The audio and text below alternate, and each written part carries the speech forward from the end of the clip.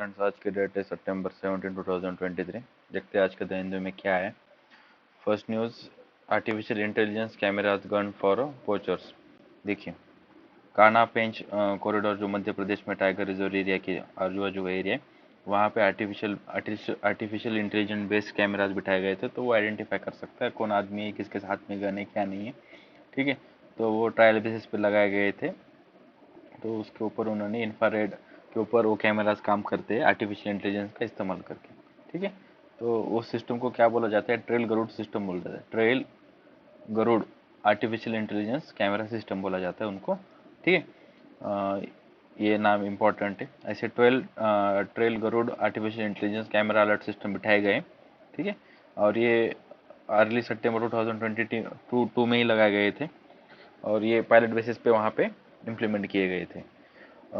जब ऐसा कोई सस्पिशियस एक्टिविटी होती है, किसी के हाथ में गन वगैरह, आदमी दिखाए, पोस्टर्स वगैरह दिखाए जाते हैं, दिख जाते कैमरा का, तो research and forest department official receives notification. तो उनको नोटिफिकेशन आता है of the tiger presence via in email. देखो, अगर टाइगर का प्रेजेंस होगा तभी भी उनको नोटिफिकेशन आएगा, वाया ईमेल और push notification between the 20 to 30 42 seconds after detection. These notification include the tiger detections from the 3 units where within the 300 metres of village. ठीक है, 300 मीटर्स ऑफ विलेज के अगर रेडियस में आएगा तो उनको नोटिफिकेशन जाएगा। From it there also notification daily notifications of villagers grazing cattles और कैटल फॉरेस्ट, और उनका भी नोटिफिकेशन को जाता है। ठीक है, यही न्यूज़ था। आर्टिफिशियल इंटेलिजेंस बेस्ड कैमराज बिठाए गए। ठीक है, ट्रायल गरुड़ उनका नाम है। ये नाम इंपॉर्टेंट है, trial guard, not Garud, trial guard artificial intelligence. ठीक है, उसके बाद नेक्स्ट न्यूज़ है ये अनंतनाग डिस्ट्रिक्ट में जो ये हुआ था, दो मिलिट्री ऑफिशियल्स को और एक डीवाईएसपी को, डिप्टी सुपरिटेंडेंट ऑफ पुलिस को मार दिया गया था। तो उनको इन्फ्लेटर्स को बम्बार्डिंग हो रही है, वो फॉरेस्ट में छुप के बैठे। तो वहाँ पे अभी कंटिन्यू आर्मी की तरफ से बम्बार्डिंग हो रही है और उनको मतलब ढूंढने की कोशिश चालू है। और पाकिस्तान से ये इन्फ्लिक्ट हुए थे, तो पाकिस्तान की फोर्स से भी क्रॉस फायरिंग हो रही है, क्योंकि वो उनको वहाँ से निकाल सके। ठीक है, अगर क्रॉस फायरिंग होगी पाकिस्तान के इधर से, तो आर्मी का ध्यान उधर चले जाएगा। लश्कर तैयबा ने ये रिस्पॉन्सिबिलिटी ली है। ठीक है, इतना इंपॉर्टेंट याद रखिए। India middle east European Union corridor to have multiple routes but hurdle remain the same. ठीक है, ये न्यूज़ है। पहले ना मैप देख लीजिए, यहाँ से इंडिया से मुंद्रा एंड जवाहरलाल नेहरू जो मुंबई का पोर्ट है वहाँ से, और कांडला पोर्ट से, गुजरात के दो पोर्ट है, मुंड्रा एंड कांडला, और मुंबई का एक पोर्ट है जवाहरलाल नेहरू पोर्ट, वहाँ से शिपमेंट निकलेंगी। ये सी लाइंस को ऐसे दिखाया गया डॉट डॉट से। उसके बाद कहाँ पे जाएगा ये? तो ये फिजू जराई यहाँ पे जाएगा। ये पोर्ट्स के नाम है, हिरात, उसके बाद रास अल खियर वगैरह ये। ठीक है, यहाँ से फिर गल्फ कंट्री सऊदी अरेबिया से होके फिर हाइफा, ये इंपॉर्टेंट है, ये प्राइवेट पोर्ट है और ये इसराइल के अंदर आता है। ठीक है, हाइफा में जाएगा, तो वहाँ से फिर यहाँ पे यूरोपियन कंट्रीज है, वहाँ से वहाँ पे कनेक्ट होगा। ठीक है, चलो देखते हैं आर्टिकल में क्या है। G20 के साइडलाइन में ये प्रोजेक्ट, ये कॉरिडोर के लिए साइनिंग हुई थी, और उसमें India, USA, Saudi Arabia, UAE and other countries ने India middle east European economic corridor launch किया था। ठीक है, उसके बाद हाइफा इसराइल में पोर्ट है, ये मैंने आपको बोला है। एंड पिरायूस ये ग्रीस में पोर्ट है।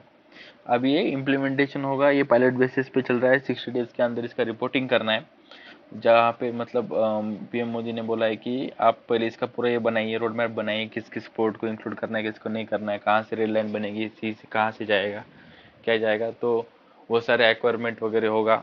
तो वो अभी फाइनलाइज नहीं हुआ है, क्या क्या इंक्लूड होगा, क्या क्या नहीं होगा।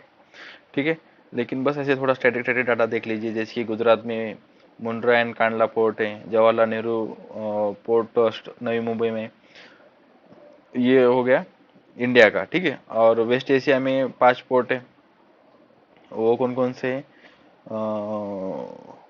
फाइव फाजी रहा, ठीक है, जेबिल अली, अबू धाबी, ये यूएसए के 3 पोर्ट हो गए। उसके बाद दम्माम, रास अल खैर पोर्ट इन सऊदी अरब के 2 हो गए, ठीक है। और उन्होंने ये बोला है कि ये जो हाइफा हाइफा पोर्ट है इसराइल का, और जो मुंद्रा पोर्ट है, ये दोनों ही प्राइवेट पोर्ट है। मुंद्रा तो इंडिया के गुजरात में हो गया, हाइफा याद रखिए इसराइल के अंदर है। ये दोनों भी प्राइवेट पोर्ट है, ठीक है। और ये अदानी ग्रुप इसको हैंडल करता है। उसके बाद उन्होंने बोला है कि अगर ये लिंक एस्टेब्लिश होगा तो कम पैसे में ट्रांसपोर्ट होगा, क्योंकि वाटर से अगर ट्रांसपोर्टेशन होगा तो उसमें पैसे कम लगेंगे, ठीक है।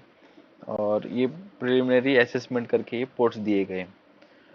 और उन्होंने ये बोला है कि इसमें जो रेल नेटवर्क बनेगा उसमें भी बहुत ज़्यादा अभी ये चल रहा है, कोई कोई रेल नेटवर्क पूरा है, कोई रेल नेटवर्क पूरा नहीं है। तो जिनको जिनको पूरा करना है उसके सारे मतलब लिस्ट निकाली जाएगी, फिर उनको काम किया जाएगा, तो कितने दिन में क्या काम होगा उसका टाइम टेबल बनाया जाएगा। तो ये बोला जा रहा है कि ये सारा जो प्रोजेक्ट है ये बेल्ट एंड रोड इनिशिएटिव जो चाइना का 2013 में लॉन्च हुआ था उसको काउंटर करने के लिए बनाया गया है, ठीक है। यूएसए लेड प्रोजेक्ट है, ठीक है।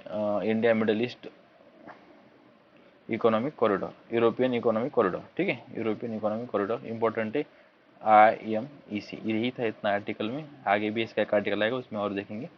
उसके बाद ये एक इम्पोर्टेंट है, centre publishes the disability database trip of the economic socio economic figures. इसमें ना ये याद रखिए कि इसमें अभी क्या क्या किया गया है। देखिए इसमें ना गवर्नमेंट ने मैं आपको पूरी थीम लाइन बोलता हूँ, ध्यान से सुनिए। डिसेबिलिटी जो डाटा है ना वो गवर्नमेंट ने पब्लिश किया है, कितने लोग डिसेबल से, उनके लिए उन्होंने एक UDID ये पब्लिश किया है, मतलब unified unique disability ID card, ठीक है। UDID। तो इसमें ना ये सोशो इकोनॉमिक कास्ट सेंसस के टाइम पे ही इसको डाटा कलेक्ट किया गया था। और जो डाटा कलेक्ट किया गया है उस पर मिनिस्ट्री बोलते हैं हमें डाउट है। बस उन्होंने जो बाकी का कास्ट का डाटा है वो तो पब्लिश नहीं किया, बस उन्होंने डिसेबिलिटी से रिलेटेड डाटा ही पब्लिश किया गया है। तो ये डाटा उन्होंने क्यों पब्लिश किया, क्या किया गया है, तो इसका बेनिफिट होगा NGO को वगैरह। देखते हैं क्या है आर्टिकल में। तो इसमें ये बोला गया है कि डिसेबिलिटी रिलेटेड डाटा इन्होंने पब्लिश किया गया है। सोशियो इकोनॉमिक कास्ट सेंसस के टाइम पे उन्होंने ये डाटा लिया था, उसके साथ उन्होंने उसकी एजुकेशन, एम्प्लॉयमेंट स्टेटस क्या है बंदे का, इनकम क्या है, मैरिटल स्टेटस क्या है, ये सारा डाटा लिया गया था। और उन्होंने ये भी बोला है कि इसके अंदर UDID के रजिस्ट्रेशन के लिए जो डाटा उन्होंने लिया है वही उसको पब्लिक डोमेन में रखा गया है अभी, ठीक है। पूरा data socio economic caste census basis का उन्होंने पब्लिक डोमेन में नहीं दिया गया है। 94 लाख UDID रजिस्ट्रेशन कार्ड उन्होंने दिए अभी तक, ये बोला गया है। और उन्होंने ये बोला गया है जो फर्स्ट UDID जो पब्लिश किया गया था वो जनवरी 2017 में किया था, ठीक है। और ये सारा जो डाटा होगा इसके अंदर गवर्नमेंट का भी बेनिफिट है, NGO को भी समझ में आएगा कि कौन से बेस पे क्या क्या करना है। और ये सारा डाटा गवर्नमेंट की वेबसाइट पे अवेलेबल है, तो वहाँ पे जाके जो NGO होगी, जो बाकी की ऑर्गेनाइजेशन होगी, पॉलिसी मेकर्स होगी, वो अपना डाटा इनके हिसाब से बना सकते हैं। तो वो जो डाटा होगा वो यूज़ होगा इनके एजुकेशनल डेवलपमेंट में वगैरह। तो यही इसमें आर्टिकल में पूरा दिया गया है, बाकी कुछ इतना इम्पोर्टेंट नहीं है, बस नाम याद रखिए, ठीक है। इस कार्ड का क्या है वो नाम आप याद रखिए, unique disability ID card, unique disability UDID, ठीक है, यही है। उसके बाद कनाडा, जो जस्टिन ट्रूडो थे जो G20 की मीटिंग में इंडिया में आए थे, लेकिन इंडिया और उनके बीच में कुछ फ्री ट्रेड एग्रीमेंट वगैरह से कोई बात नहीं हो सकी, और इंडिया ने खालिस्तान वगैरह का इशू भी रेज किया, लेकिन उन्होंने उसके ऊपर कोई जवाब नहीं दिया। और वो 2 दिन उनकी फ़्लाइट कैंसिल हो गई थी, तो 2 दिन वो फ्लाइट में जो उनका होटल था वहीं पे रुके, वो बाहर मिलने वगैरह किसी से नहीं आए। तो इतना फ्रूटफुल नहीं हुआ उनका क्रिटिसिज्म, उनके कंट्री में जाने के बाद भी हो रहा है जस्टिन ट्रूडो का। और यही था इस न्यूज़, बाकी कुछ भी नहीं है। और कोई ट्रेड एग्रीमेंट भी साइन नहीं हुआ, और कुछ चीज़ों पे बातचीत भी नहीं हुई, जैसे कि खालिस्तानी का इशू है और बहुत सारे इशू है, तो उस पर भी बात नहीं हुई, ठीक है। तो यही था इस आर्टिकल में। उसके बाद dolls from the Manipur camps to spread the smile globally, ठीक है। जो इथनिक वायलेंस हो रहा है मणिपुर के अंदर, तो 1 मिलियन हीरोज आर, देखो जो रेस्क्यू मतलब जो कैंप में बैठे लोग, रिलीफ कैंप में, इतनी कॉन्फ्लिक्ट हिट मणिपुर के जो लोग बैठे हैं, तो वो उनके लिए कमाई का साधन कुछ नहीं है, तो उनको अभी ट्रेनिंग दी जा रही है कि आप ऐसे डॉल्स बनाओ, ठीक है, हाथ से वेविंग करके। तो इसका ग्लोबल मार्केट में ये होगा। तो 1 मिलियन हीरोज और मल्टी प्लेटफॉर्म इंटरटेनमेंट ब्रांड, ये 1 मिलियन हीरो एक ब्रांड है for childrens, have undertaken a project to train the states internally displace the people to make this dolls, ठीक है, and set them for export. यही दिया गया है इस आर्टिकल में, कुछ नहीं, इतना याद रखिए। उसके बाद फर्स्ट टाइम हांगकांग में एक लेस्बियन कपल का आईवीएफ की तरफ से उनको एक फैमिली स्टार्ट करने की परमिशन दी गई है and accepted as a family, ठीक है। किंग जोंग उन जो है वो रशिया की विजिट पे है और वहाँ पे वो इंस्पेक्शन कर रहे हैं रशियन डिफेंस मिनिस्टर के साथ उनके वेपन्स का। तो ये तस्वीर है, और ये याद रखिए किंग जोंग उन ने ये रशिया में चले गए विजिट के लिए व्लादिवोस्तोक में, ठीक है। उसके बाद लीबिया, जो यहाँ पे बहुत फ्लैश फ्लड्स आई थी, 4,000 से ऊपर भी लोगों की जान जा चुकी है, तो वहाँ पे अभी फॉरेन एड अराइव हो चुकी है, ठीक। उसके बाद Iran makes 1 year since the death of Masha Amini, ये बहुत इंपॉर्टेंट है। माशा अमीनी 22-year-old गर्ल थी and she has been died because of protesting against the, वो प्रोटेस्ट कर रही थी क्योंकि उनको जो हिजाब पहनना होता था उनको नहीं पहनना था, उसके खिलाफ वो प्रोटेस्ट कर रही थी। उसके तो जो वहाँ की जो मॉरल पुलिस है, ईरान की, वो वॉच रखती है वुमेंस के ड्रेसिंग पे, इथी कोड पे, तो उन्होंने उनको मार दिया था, ठीक है। तो उसके अगेंस्ट बहुत प्रोटेस्ट हुआ, ये हुआ, तो उसका भी 1 साल हो गया है। ये नाम याद रखिए, माशा अमीनी, ठीक है। 20 ईयर ओल्ड ओल्ड गर्ल थी वो। Taliban detain the staff members of the Swiss NGO इन अफगानिस्तान, ठीक है। तो इन्होंने इतना याद रखिए कि तालिबान ने एनजीओ, स्विस एनजीओ के बंदे उनके ऑफिस में जाके उठा लिया उनको, ठीक है। देखिए साइंस पेज में क्या क्या है, देखते हैं। साइंस पेज में यूरोपियन बम्बल बी के रिगार्डिंग एक आर्टिकल आया है। बम्बल बी का 75% थ्रेटन, ऐसा बोल रहे हो।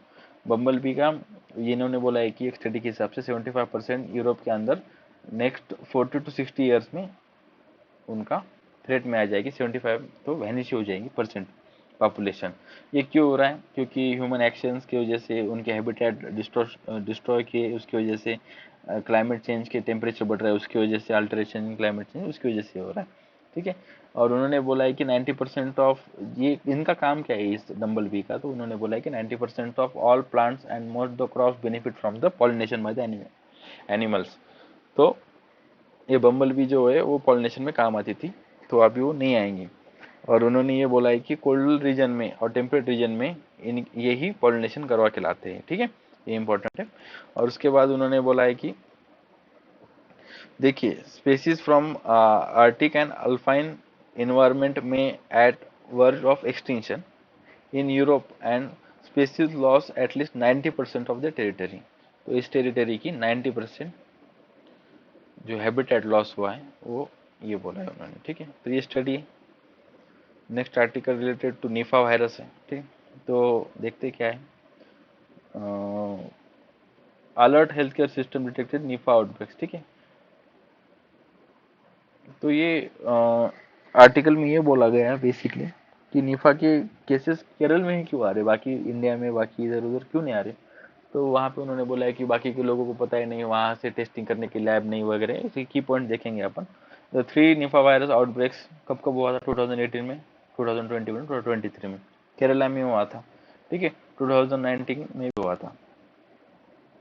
उसके बाद the 4 outbreaks in the 5 years cause the virus become the endemic in bats in Kerala, और ड्यू टू द, मैं थोड़ा बता दूं आपको निफा वायरस क्यों होता है। जो फ्रूट ईटिंग बैट्स होते हैं वो इस वायरस को कैरी करते हैं, और वो जो उन्होंने खाया हुआ फ्रूट अगर ह्यूमन के कांटेक्ट में आ गया और ह्यूमन ने उसको खा लिया तो वो उनको भी हो सकता है। तो इसको जूनोटिक डिसीज बोलते हैं, मतलब एनिमल टू ह्यूमन ट्रांसफर हो सकता है इसको, ठीक है। एनिमल, प्लांट, बर्ड्स, उनसे ह्यूमन में आता है, ठीक है। Except NIV in Pune there is no Nipah virus testing facility anywhere in India, ये बहुत इंपॉर्टेंट पॉइंट है। और Kerala screen Nipah virus routinely in the molecular lab in the Calicut medical college, ठीक है, वहाँ पे वो करते हैं। और उन्होंने बोला है कि निफा वायरस की अगर आपको टेस्टिंग करनी होगी तो NIV पुणे, ये एक ही ठिकाने, ठीक है। सिम्टम्स क्या आते हैं इसके? अनयूजुअल सिम्टम्स होते हैं, एंड वो डिटेक्ट नहीं होती इजीली, और पेशेंट जो पॉजिटिव होते हैं इसके लिए तो उनको ओनली रेस्पिरेटरी सिम्टम्स मिलते हैं, और ये जो रेस्पिरेटरी सिम्टम्स खाली केरल वाले निपा में मिल रहे हैं और पूरे वर्ल्ड में ऐसे सिम्टम नहीं मिलते। The patient who tested positive for the Nipah virus in 2023 have only respiratory symptoms not reported anywhere in the world before. इससे पहले ऐसे सिम्टम्स नहीं मिले थे। Nipah virus detection still become possible due to doctors high index of suspicion. तो इसको detect बहुत easily, मतलब ज़्यादा कर दिया क्योंकि बहुत सस्पिशन ले रहे डॉक्टर, अगर कोई भी पेशेंट आ रहा है तो उसका टेस्ट करवा रहे हैं, ठीक है। In the latest outbreak, a combination of possible index caused a cluster of cases, unusual symptoms, proximity due to 2018 outbreak epicentre led to the testing for Nipah virus. ठीक है, ये सारे फैक्टर्स उसके ये हो रहा है, बस यही था। उसके बाद टीबी से रिलेटेड एक बहुत इंपॉर्टेंट और मस्त आर्टिकल है, देखिए इसको। तो ये इन्होंने ये बोला है कि माल अंडर नरिशमेंट ही सबसे बड़ा रिस्क फैक्टर है जिसकी वजह से ट्यूबरकुलोसिस होता है, और अंडर नरिशन जो है वही 55% ऑफ एनुअल टीबी इंसिडेंट्स उसकी वजह से ही होते हैं इंडिया के अंदर। 2022 में एक स्टडी कंडक्ट की गई और उसमें बोला कि 45% जो इंडियन पीपल्स है वो अंडर नरिश है, अकाउंट उसकी वजह से ही 1.2 million TB cases each year आते हैं इंडिया से ही।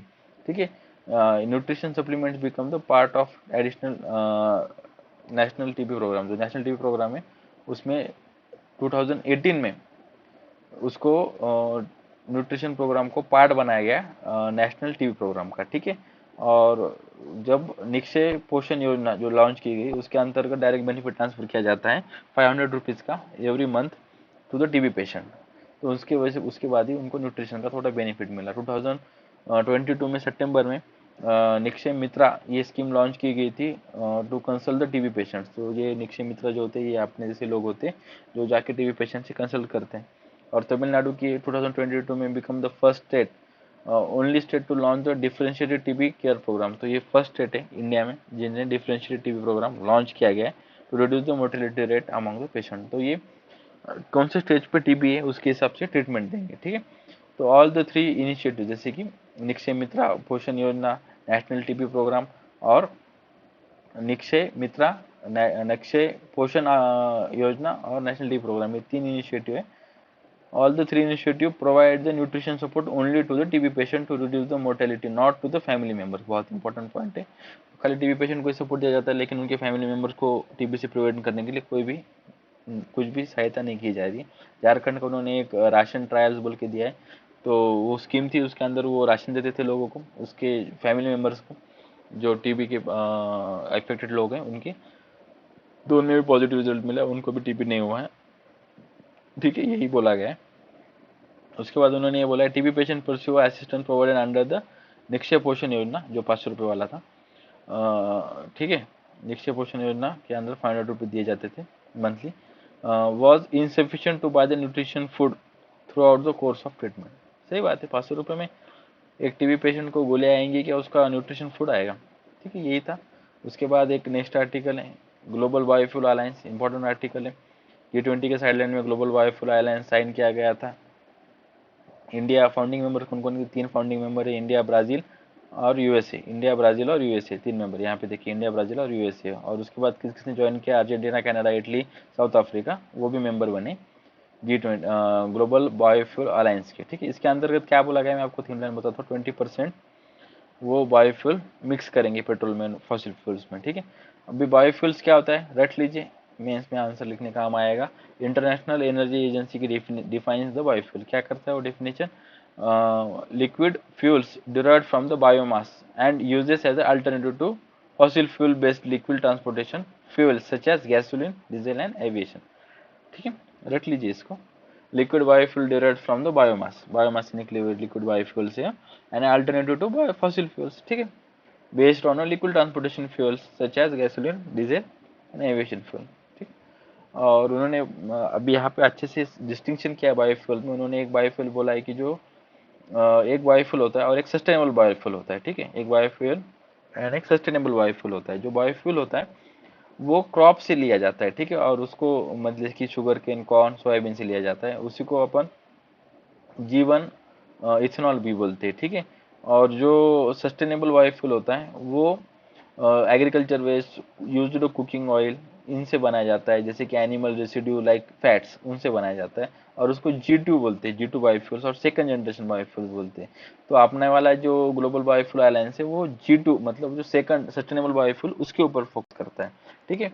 और अगर आप ऐसे बायोफ्यूल पे डिपेंड रहोगे तो आपको तो क्रॉप्स वगैरह बनाने मतलब प्रोड्यूस करने पड़ेंगे बायोफ्यूल प्रोड्यूस करने के लिए, उसकी वजह से तो जमीन कल्टीवेशन के अंदर आएंगे और वो भी कार्बन डाइऑक्साइड प्रोड्यूस करेंगे, ठीक है। यहाँ पे डाटा दिया गया, estimated suggest that the overall the half of the all vegetation land is under the cultivation today.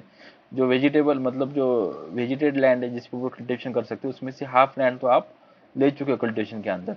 That the agriculture is one of the world's largest carbon emitter, ठीक है, बहुत इंपॉर्टेंट पॉइंट है। उसके बाद India के अंदर 87% जो crude oil आता है वो इंपोर्ट से आता है, ठीक है। और ग्लोबली जो कार्बन इमिशन में सबसे ज्यादा कौन सा सेक्टर कंट्रीब्यूट करता है, वो ट्रांसपोर्ट सेक्टर कंट्रीब्यूट करता है। तो ये जो ग्लोबल फ्यूल अलायंस है वो ट्रांसपोर्टेशन सेक्टर को ही कार्बन जीरो बनाने के हिसाब से चल रहा है। इंडिया का अभी करंट प्लान क्या 10% of biofuel blend ethanol blending करने का प्लान है, ठीक है। और एक्सपर्ट्स ने भी बोला है कि इलेक्ट्रॉनिक व्हीकल भी आप बनाओ, हाइड्रोजन फ्यूल भी बनाओ, ग्रीन हाइड्रोजन फ्यूल भी यूज़ करो। तो ये सारे सजेशन दिए जाते हैं। जो फाउंडिंग मेंबर है ग्लोबल बायोफ्यूल अलायंस के कौन कौन से, एक बार फिर से ध्यान से देख लीजिए। USA, ब्राज़ील, कनाडा, IUB ऐसा कुछ तो भी कर दो, ठीक है, इसका मैक्रोनिस। USA, ब्राज़ील, इंडिया, ठीक है। और इन्होंने क्या बोला कि 85% जो ग्लोबल बायोफ्यूल प्रोडक्शन होता है वो तीन ही फाउंडिंग मेंबर है, कौन कौन से, India, USA and Brazil, IUB, ठीक है। और ये तीन ही कंट्री 81% इसको कंज्यूम भी करते हैं, ठीक है। 85% ये प्रोड्यूस करती है और 81% इनको ही लगता है, ठीक है। और इन्होंने अभी एग्जांपल दिया है कि USA के अंदर एक रिन्यूएबल फ्यूल स्टैंडर्ड्स उसको उन्होंने अमेंड किया और उन्होंने बोला है कि 2025 आने से पहले 1,40,000 जो बैरल क्रूड ऑयल लगता है उसको आप सब्स्टिट्यूट करेंगे बायोफ्यूल से। बहुत अच्छा डिसीजन है। इंडिया ने नहीं बोला है कि 20% हम ब्लेंड इथेनॉल ब्लेंडिंग करेंगे 2025 तक, ठीक है। और इंडिया ने ये भी बोला है कि नेट जीरो हम अचीवमेंट करेंगे 2070 तक। नेट जीरो का मतलब ये होता है जितना वो प्रोड्यूस करेंगे उतना ही वो मतलब जितना कार्बन डाइऑक्साइड वो इमिट करेंगे उतना ही कार्बन डाइऑक्साइड वो एब्जॉर्ब कर लेंगे, ठीक है। नेट जीरो का मतलब ये होता है, नेट जीरो का मतलब ये नहीं होता कि आप हम कार्बन डाइऑक्साइड प्रोड्यूस ही नहीं करेंगे, ठीक है। तो 2070 तक इंडिया इसको अचीव करेगा, ठीक है। यही था global biofuel alliance. Thank you. नहीं, और एक आर्टिकल है, sorry, how middle east corridor impact the trade, ये इंपॉर्टेंट आर्टिकल है। तो ये G20 के साइडलाइन में अभी देखा अपन ने, इसको साइन किया गया है। और इसको साइनिंग मतलब कौन कौन किया है, India, USA, Saudi Arabia, UAE और European union, Italy, France, Germany, इन्होंने भी इसमें अंदर किया है। ये प्रोजेक्ट किसके अंदर आता है, ये बहुत इंपॉर्टेंट पॉइंट है, इसको जरा ध्यान से देखिए। The project form a part of partnership for the project form a part of partnership for a global infrastructure and investment, ठीक है, PGII। यहाँ पे देखिए, partnership for a global infrastructure and investment, इसके अंदर वो पार्ट बनता है PGII, partnership for global infrastructure and investment. इसके अंदर अलग अलग रेड कॉरिडोर, रेलवे कॉरिडोर बनाया जाएगा, शिप कॉरिडोर, इसको सब कनेक्ट करके एक ट्रांसपोर्ट कॉरिडोर बनाए जाएंगे। जो इसके अंदर इंडिया को बेसिकली वो पहले सऊदी से कनेक्ट करेंगे, मतलब मिडिल ईस्ट से, और उसके बाद यूरोप से कनेक्ट किया जाएगा, ठीक है। मैंने अभी आपको बताया कि 60 डेज के बाद वो सारे कंट्रीज आके मिलेंगे और वो अपना रिलेवेंट टाइम टेबल कब कब क्या क्या इम्प्लीमेंट होगा इसका रिव्यू देंगे, ठीक है। और ये basically believe that China is utilising the belt and road initiative को काउंटर करने के लिए बनाया गया है। और ऐसा बोला जाता है कि चाइना का belt and road initiative Indo Pacific to West Asia, इसको इसके ऊपर पॉलिटिकल एंड इकोनॉमिक इन्फ्लुएंस बनाने के लिए बेल्ट एंड रोड इनिशिएटिव इन्होंने इम्प्लीमेंट किया गया था, यही बोला गया है, ठीक है। और एक यहाँ पे एक मस्त लाइन है, commercial corridor only emerge when where requisite large investment in port and railway. Port and railway पे आपको बहुत ज़्यादा इन्वेस्टमेंट करनी पड़ती है, तब कमर्शियल कॉरिडोर इंफ्रास्ट्रक्चर बनता है। Are coupled with an industrial base anchored in manufacturing value chain, तो उसके बाद वो value chain manufacturing value chain के अंदर बेनिफिट देगा, ठीक है। और अभी तो इसराइल के और सऊदी अरेबिया के तो डिप्लोमेटिक टाइज भी नहीं है, लेकिन अभी अगर ये बनेगा तो उनको बनाने पड़ेंगे। इसराइल पैलेस्टीन कॉन्फ्लिक्ट की वजह से सऊदी अरेबिया इसराइल के साथ इनके कोई डिप्लोमेटिक टाइज नहीं है, लेकिन इसराइल के ऑफिशियल टाइज किसके साथ है? इजिप्ट के साथ है, जॉर्डन के साथ है, यूएई के साथ है, मोरक्को एंड बहरीन के साथ है। तो इसके ये इम्प्लीमेंट करने के लिए उनके उनके साथ टाइप बन जाएंगे। Saudi Arabia being the world top exporter of oil, ठीक है, and UAE being the West Asia dominant finance centre. सही ये बात है, सबसे ज़्यादा वर्ल्ड का ऑयल एक्सपोर्टर सऊदी है और यूएई जो है वेस्ट एशिया का सबसे डोमिनेंट फाइनेंस सेंटर है। ठीक है, तो यहाँ पे एक लाइन बोली जाती है, seeking to project themselves as a key logistic and trade hubs between east and west Asia. ठीक है, ईस्ट एंड वेस्ट का एक की लॉजिस्टिक एंड ट्रेड हब बनाएंगे ये दोनों कंट्री। सही बात है। ठीक है, यही था आज की पेपर में। Thank you.